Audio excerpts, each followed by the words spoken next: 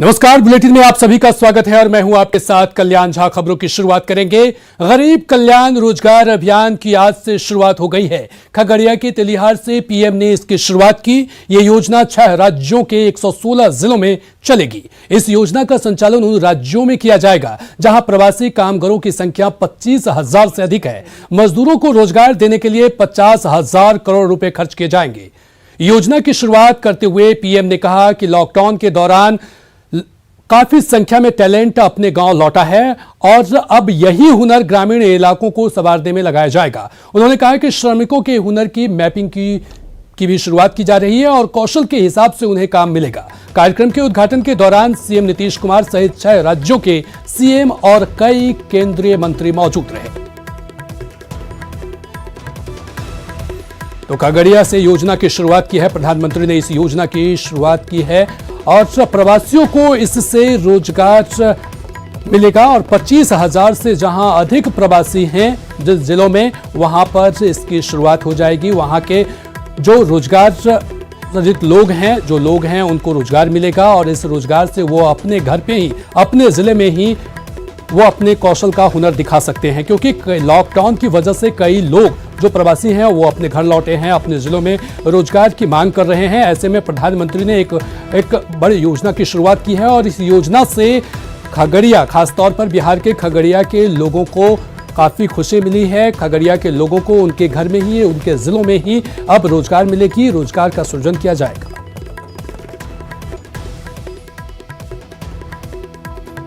आज का दिन बहुत ऐतिहासिक है। आज गरीब के कल्याण के लिए, उसके रोजगार के लिए एक बहुत बड़ा अभियान शुरू हुआ है। ये अभियान समर्पित है हमारे श्रमिक भाई बहनों के लिए, हमारे गांवों में रहने वाले नौजवानों, बहनों, बेटियों के लिए।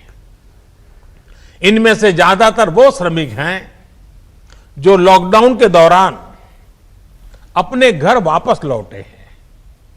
वो अपनी मेहनत और हुनर से अपने गांव के विकास के लिए कुछ करना चाहते हैं। वो जब तक अपने गांव में है, अपने गांव को आगे बढ़ाना चाहते हैं, अपने गांव को कुछ देना चाहते हैं। वहीं पीएम मोदी ने बिहार रेजिमेंट की तारीफ की और कहा कि पूरे देश को शहादत पर गर्व है। फायरिंग की गई है और देश तो सेना पे गर्व करता ही है, लेकिन आज जब मैं बिहार के लोगों से बात कर रहा हूं तो मैं गौरव के साथ इस बात का जिक्र करना चाहूंगा कि ये पराक्रम बिहार रेजिमेंट का है। हर बिहारी को इसका गर्व होता है और जिन वीरों ने देश के लिए बलिदान दिया है उनके प्रति नमन करता हूं। बिहार के भी हमारे जो साथी जिन्होंने बलिदान दिया है उनके प्रति मैं अपने श्रद्धा सुमन अर्पित करता हूं और उनके परिवारजनों को भी आज जब बिहार से बात कर रहा हूं तो मैं विश्वास दिलाना चाहता हूं कि देश आपके साथ है, देश सेना के साथ है, देश उसके उज्जवल भविष्य के लिए कृतसंकल्प है। तो जवानों की शहादत को प्रधानमंत्री मोदी ने नमन किया है। पूरा देश जो है जवानों के साथ है, प्रधानमंत्री मोदी ने कहा। और एलएसी पर बिहार रेजिमेंट ने पराक्रम दिखाया। उस पराक्रम का जिक्र करते हुए प्रधानमंत्री नरेंद्र मोदी ने कहा कि बिहार रेजिमेंट में वो ताकत है, हमारी सेना में वो ताकत है कि पड़ोसी के दिखाए आंख पर वो पूरे जोर शोर से, पूरे जज्बे के साथ जवाब दे सकता है। जवानों की शहादत को नमन करते हुए प्रधानमंत्री ने कहा कि बिहार रेजिमेंट के जवानों ने वो पराक्रम दिखाया जिसकी चर्चा इतिहास में की जाएगी।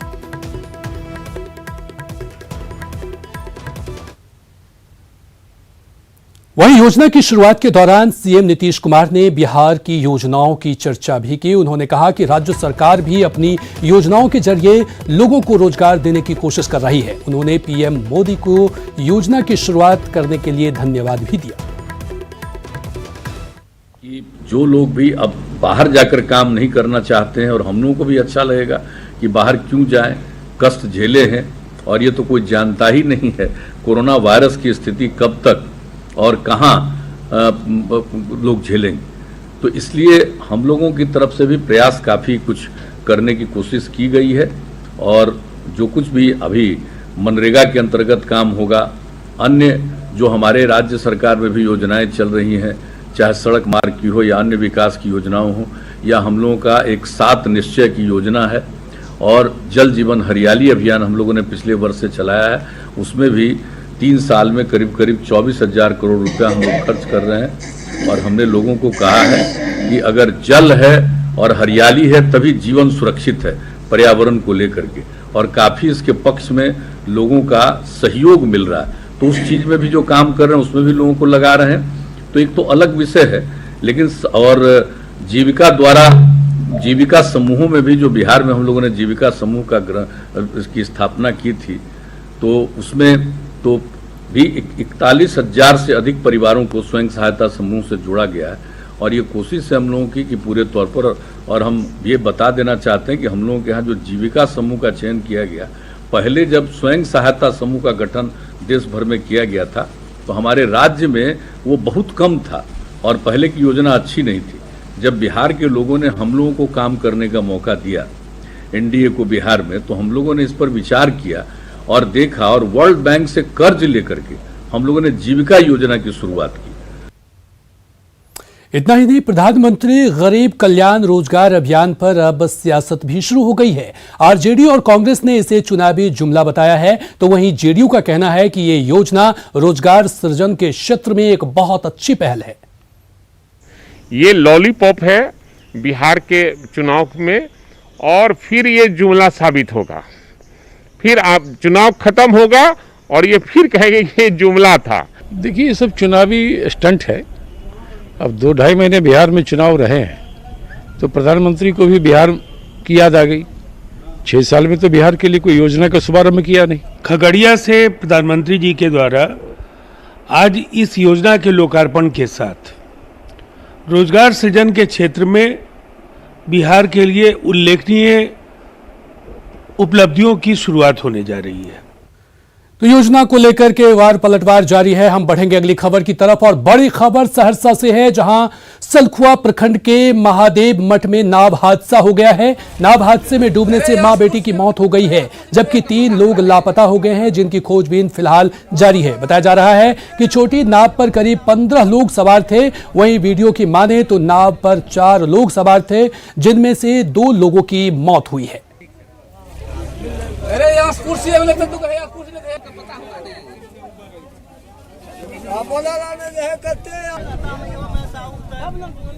चलिए, और अधिक जानकारी के साथ हमारे संवाददाता कुमार अनुभव हमारे साथ जुड़ गए हैं। कुमार अनुभव, ये जानना चाहेंगे कि किस तरह से हादसा हुआ, कितने लोग इस नाव पर सवार थे? जी कल्याण, ये जो है सलखुआ प्रखंड का एक महादेव मठ गांव है, जहाँ पे ये जो कोसी का नया पानी जो आता है, जो पानी होता है, वो अभी जो है पानी जो है बढ़ा है, और वहाँ पे लोगों का साधन जो है नाव ही होता है। बरसात के समय में चूंकि माल मवेशी के चलते जो है घास लाने के लिए लोग जो है जाते हैं, और उसी दौरान जो है नाव पे तकरीबन जो है जो सूचना गाँव से आ रही है, ग्रामीणों का कहना 10 से 15 लोग जो है उस नाव पे सवार थे, जिसमें जो है माँ बेटी का जो है सब बरामद कर लिया गया है, और 2 से 3 लोग लापता होने की सूचना है। बाकी लोग जो है तैर के निकल गए। हालांकि वहाँ पे अंचलाधिकारी मौजूद है घटनास्थल पे, और वहाँ पर पहुँच के जायजा ले रहे हैं और कितने लोग लापता है और पूरे मामले की जानकारी ले रहे हैं। जी कल्याण, बहुत बहुत शुक्रिया तमाम जानकारी के लिए कुमार अनुभव। तो यहाँ पर 3 लोगों के लापता होने की खबर है। लापता लोगों की खोजबीन अब भी जारी है, और ये एक बड़ा हादसा हुआ है। 2 लोगों की मौत की यहाँ पर पुष्टि हुई है, और बाकी सबों की तलाश अभी भी जारी है। बढ़ेंगे अगली खबर की तरफ। मधुबनी के एक परिवार में शादी की खुशियां उस वक्त मातम में बदल गई जब सुहाग रात को सांप के डसने से दूल्हे की मौत हो गई। 2 दिन पहले घर के जिस बेटे के सिर पर सेहरा सजा था, उसी बेटी का सिर कफन से ढका है। मरमाहत करने वाली ये तस्वीर है मधुबनी के हरलाखी थाना क्षेत्र स्थित सुखवासी गांव की। दरअसल गुरुवार को सुहाग रात में दूल्हा दुल्हन अपने घर में सो रहे थे। उसी दौरान दूल्हे को सांप ने डस लिया, जिससे उसकी मौत हो गई। सुखवासी गांव निवासी नीतीश कुमार की शादी बुधवार की रात बासुपट्टी थाना क्षेत्र स्थित मढ़िया गांव निवासी जोगिंदर राय की पुत्री से हुई थी। शादी होने के बाद कल शाम में वो लड़का लड़की घर आए, बहुत खुशीपूर्वक माहौल था, सभी लोग हर्षोल्लास में थे, परंतु हम भी घर में सोए हुए थे। सुबह जब उठे तो पता चला जो उसको सांप काट लिया। ग्रामीणों के मुताबिक गुरुवार की रात सर्पदंश के बाद आनंद फानंद में लड़के को झाड़ फूक के लिए तांत्रिक के पास ले जाया गया। वहां से काफी देर के बाद उसे बासुपट्टी पीएससी ले जाया गया, जहां गंभीर हालत को देखते हुए डॉक्टरों ने उसे मधुबनी रेफर कर दिया। आखिरकार मधुबनी में डॉक्टरों ने युवक को मृत घोषित कर दिया। गांव लौटने के बाद शव को फिर से तांत्रिक के पास लाया गया। दिन भर तांत्रिक के द्वारा झाड़ फूक की प्रक्रिया चली, लेकिन युवक तो मर चुका था। डॉक्टर भी बताए हैं जो यह मर चुका है। एक दो को भगता यहाँ ले गया, वो लोग भी बोला है मर चुका है, लेकिन यह विश्वास करने को तैयार नहीं है कि वो मर चुका है। कहते हैं होनी को टाला नहीं जा सकता, लेकिन अभी भी हमारे समाज में अंधविश्वास का इस कदर बोलबाला है कि इलाज के लिए लोग डॉक्टर के बजाय तांत्रिक की शरण में जाना बेहतर समझते हैं। जरूरत है इस तरह की मानसिकता से बाहर निकलने की। न्यूज 18 के लिए मधुबनी से अमित रंजन की रिपोर्ट। अगली खबर किशनगंज से है, जहां टेटागाछ के सुसहिया पंचायत में रतवा नदी पर बना चचड़ी पुल मानसून की पहली ही बारिश में ध्वस्त हो गया। पुल टूटने के बाद आसपास के हजारों ग्रामीण नाव के जरिए नदी को पार करने को मजबूर हैं, जो काफी खतरनाक है। विपक्षी नेता सरकार पर सीमांचल के साथ सौतेला व्यवहार करने का आरोप लगा रहे हैं। यहाँ कोई जी का साधन नहीं है। यहाँ घनी फुलसरा कॉलेज है, वहाँ बच्चा को जाने के लिए बहुत तकलीफ होता है, पढ़ाई लिखाई के लिए यहाँ हम लोग को कोई साधन नहीं है। प्रशासन और जनप्रतिनिधि से हम लोग बार बार हम लोग आवेदन देते हैं कि यहाँ हम लोग को पुल होना चाहिए, पुल पुलियान होना चाहिए। यहाँ पुल पुलियान नहीं हो रहा है। उधर लद्दाख सीमा पर दगाबाजी के बाद एक बार फिर से देश में चीन को सबक सिखाने की मांग उठने लगी है। वहीं 1962 में भारत चीन युद्ध के बाद 1963 में अररिया में शुरू हुआ सैन्य हवाई पट्टी की यादें अभी एक बार फिर से ताजा हो गई हैं। हालांकि बाद में इसे पूर्णिया के चूनापुर में शिफ्ट कर दिया गया। देश के पूर्व रक्षा मंत्री राज्य मंत्री डूमरलाल बैठा के पूर्व सहायक निजी सचिव सुमुद सहाय की माने तो 1962 के युद्ध के बाद फारबिसगंज, दरभंगा और बेहटा में बेस कैंप बनाने का निर्णय लिया गया था, लेकिन दुर्भाग्यवश फारबिसगंज हवाई पट्टी का निर्माण शुरू होने के बावजूद इसे पूर्णिया के चूनापुर शिफ्ट कर दिया गया। वहीं सांसद प्रदीप सिंह ने बताया कि केंद्र से फारबिसगंज में एयरपोर्ट निर्माण की मंजूरी मिल गई है। इससे आकलन इसका निकालिए, देखिए कि अभी डोकलांग में, लेह में जो डिस्टरबेंस हुआ है, सिक्किम हमारे साथ सटा हुआ है, नेपाल सटा हुआ है, तो हवाई के क्षेत्र को सुरक्षित रखने के लिए इस एरोड्रम का निर्माण होना बहुत अति आवश्यक है। प्रधानमंत्री ने एक उड़ान योजना बनाया है, कई एयरपोर्ट देश में चालू किया है। अगर उनको डेवलप करके उसको हवाई जहाज चलाया जाता है तो भारत के दृष्टि में हमारा जो चीन से जो रिश्ता है वो अच्छा नहीं है। आज भी हम लोग देख रहे हैं कि नेपाल में वो उसका गतिविधि ज़्यादा है। इस नाते उस एयरपोर्ट को चालू करना चाहिए सरकार। उधर आरजेडी नेता रघुवंश सिंह की बीमारी से पार्टी में हड़कंप मचा हुआ है। बुजुर्ग नेता भीड़ भाड़ से दूर रहने की कोशिश में हैं, तो जेडीयू ने तेजस्वी यादव पर निशाना साधा है। आरजेडी नेता रघुवंश सिंह के कोरोना संक्रमित होने के बाद पार्टी में हड़कंप मचा हुआ है। हर कोई डरा हुआ है। शिवानंद तिवारी और जगदानंद सिंह से लेकर अब्दुल बारी सिद्दीकी जैसे बुजुर्ग नेता इस घटना के बाद से खुद को भीड़ भाड़ से दूर ही रखना चाहते हैं। हालांकि वो ये भी कह रहे हैं कि जरूरत पड़े तो पार्टी के काम से जरूर निकलेंगे। फिलहाल कहने का मतलब है कि हम लोगों के जिम्मे कोई काम नहीं है, इस वजह से आदमी निकल नहीं रहा है। लेकिन आज जो है जरूरत महसूस होगी पार्टी की, नहीं इसका अब हम लोगों की भी उपयोगिता है, और जवाबदेही होगी कि नहीं साहब आप फलना जगह जाइए, फलना जिला में देखिए, फलना इलाके में देखिए, आदमी जाएगा। सभी राष्ट्रीय जनता दल के साथी परेशान और दुखित हैं मेरे राष्ट्रीय उपाध्यक्ष के बीमार होने पर, और भगवान से सभी लोगों की प्रार्थना है कि जल्दी से स्वस्थ होकर के हम सबों के बीच और आम जनता के बीच में आवे। वहीं विरोधी दल ने आरजेडी पर निशाना साधा है। जेडीयू का आरोप है कि तेजस्वी यादव की नासमझी की वजह से आरजेडी के बुजुर्ग नेताओं पर संक्रमण का खतरा बढ़ गया है।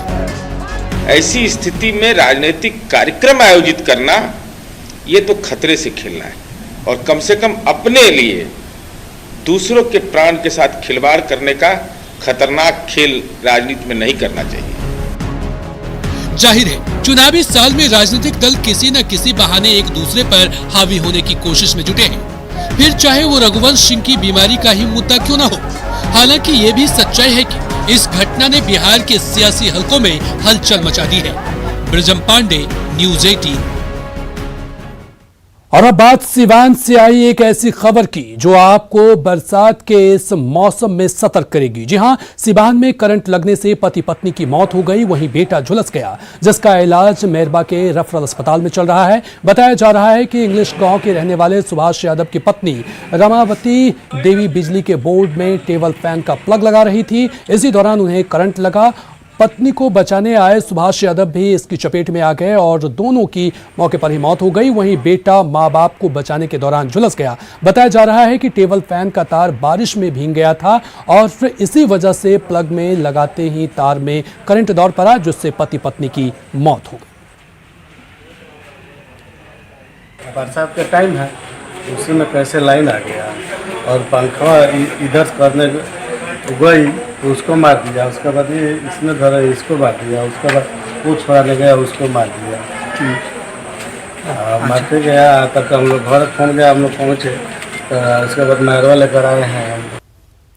और अगली बड़ी खबर पटना सिटी से है, जहां बेखौफ अपराधियों ने चाकू मारकर एक युवक की हत्या कर दी। घटना दीदारगंज थाना क्षेत्र के महुली मोड़ के पास की है। मृतक की पहचान मेहदीगंज थाना क्षेत्र के प्रतापपुर निवासी पवन कुमार के रूप में हुई है। बताया जा रहा है कि पवन कृषि के साथ ही जमीन खरीद बिक्री का भी काम करता था। फिलहाल हत्या के कारणों का पता नहीं चल सका है। फिलहाल पुलिस पूरे मामले की छानबीन में जुटी हुई है। फोन किया कि भैया को चाकू मार दिया है, जल्दी आओ भैया, बचा लो भैया। इतना तो जानकारी है हमको। गए घटनास्थल पर तो क्या मिला आपको? मेरा भाई था, जिंदा था उस समय, जिंदा था, जिंदा।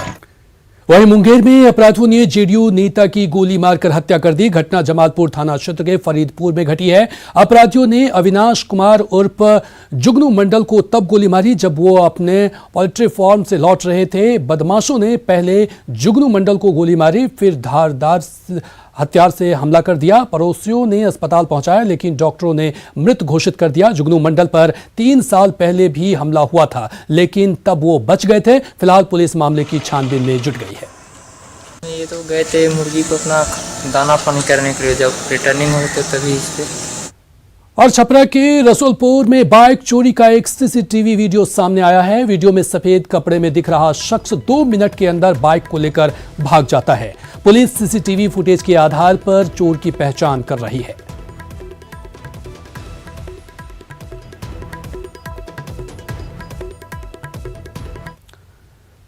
और सूर्य ग्रहण के बाद कोरोना का असर कम हो जाएगा, ये दावा है ज्योतिषाचार्य राजनाथ झा का। 21 जून को सूर्य ग्रहण का योग है। पटना में ये सुबह 10:37 से लेकर दोपहर 2:09 तक रहेगा। इस दौरान सूतक 12 घंटे पहले ही लग जाएगा। सूर्य ग्रहण के वक्त किस तरह लोगों को रहना है और क्या करना है, ये बता रहे हैं ज्योतिषाचार्य राजनाथ झा।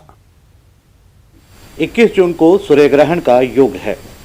सूतक कब से लगेगा, इस सूर्य ग्रहण के दौरान लोग क्या करें क्या ना करें, इन तमाम बातों की जानकारी हमारे साथ मौजूद हैं आचार्य राजनाथ झा। इनसे जानते हैं कि इस सूर्य ग्रहण का योग कब से शुरू हो रहा है और इस दरमियान लोग क्या करें क्या ना करें, ये थोड़ा हमारे दर्शकों को बताएं। दरअसल ये सूर्य ग्रहण जो है इसका समय जो हम पटना में देखते हैं तो 10:37 में स्पर्श होगा। साथ ही 12:25 में ग्रहण का मध्यकाल होगा और 2:09 में ग्रहण का मोक्ष काल होगा। ये खंडग्रास कंकण सूर्य ग्रहण है और चूड़ामणि योग में लग रहा है। हम देख रहे हैं कि पिछले बहुत दिनों से जो प्राकृतिक एक हलचल है, पिछला ग्रहण जो भी हुआ था आपके चैनल के माध्यम से हमने बताया था कि गुरुवादित्य योग में हो रहा है, सभी काम गरित हो जाएंगे। तो ग्रहण का प्रभाव तो पड़ता है, ये भविष्यवाणियाँ मैंने की थी पिछले ग्रहण में भी, जो सत्य प्रतीत हुआ। तो ये ग्रहण, ये जो अवसाद चल रहे हैं ना, इससे निजात मिलने का एक क्रम यहाँ से शुरू हो जाएगा। जो प्राकृतिक जनमानस अस्त व्यस्त है, उससे निजात मिलने का एक क्रम यहाँ से शुरू हो जाएगा। आगे और ग्रहचार बदलेगी। कुछ दिनों से बहुत ग्रहचार गड़बड़ रहा है आकाशमंडल में, खगोल में, जिसका प्रभाव संपूर्ण राष्ट्र के विश्व झेल रहा है। तो इससे निजात मिलना शुरू हो जाएगा। तक पीरियड चलेगा ये कोरोना का? कोरोना का पीरियड जो है ना, आप देखिएगा कि सितंबर के बाद कुछ न कुछ 25 सितंबर के बाद बहुत अच्छा सुधार और एक नई ऊर्जा का संचार होगा प्रकृति में, जिससे जनमानस को एक नई ऊर्जा मिलेगी और एक उत्सव सा देखने को मिलेगा। और इसी के साथ फिलहाल इस बुलेटिन में इतना ही, लेकिन न्यूज़ 18 बिहार झारखंड पर खबरों का सिलसिला लगातार जारी है।